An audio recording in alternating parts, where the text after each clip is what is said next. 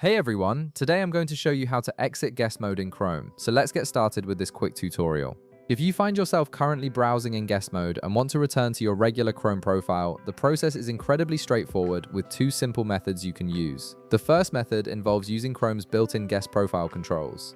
Direct your attention to the top right corner of your browser window where you'll see a button labeled Guest. Go ahead and click on this Guest button and a small menu will appear with profile options. From this menu, simply click on Close Guest and Chrome will immediately exit guest mode and return you to the main browser window. This method is particularly useful when you want a clean, intentional exit from guest browsing. Alternatively, if you prefer a quicker approach, there's an even simpler second method. You can simply click the X button located in the upper right corner of the Chrome window to close the entire guest browsing window.